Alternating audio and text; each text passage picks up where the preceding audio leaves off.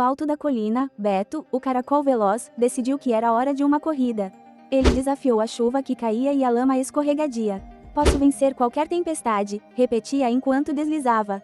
Mas ao chegar ao grande rio, ele parou. A corrente era forte e agitada. Eu nunca atravessarei, pensou. Então, Beto viu uma folha boiando. Com coragem, subiu e repetiu: posso vencer qualquer tempestade.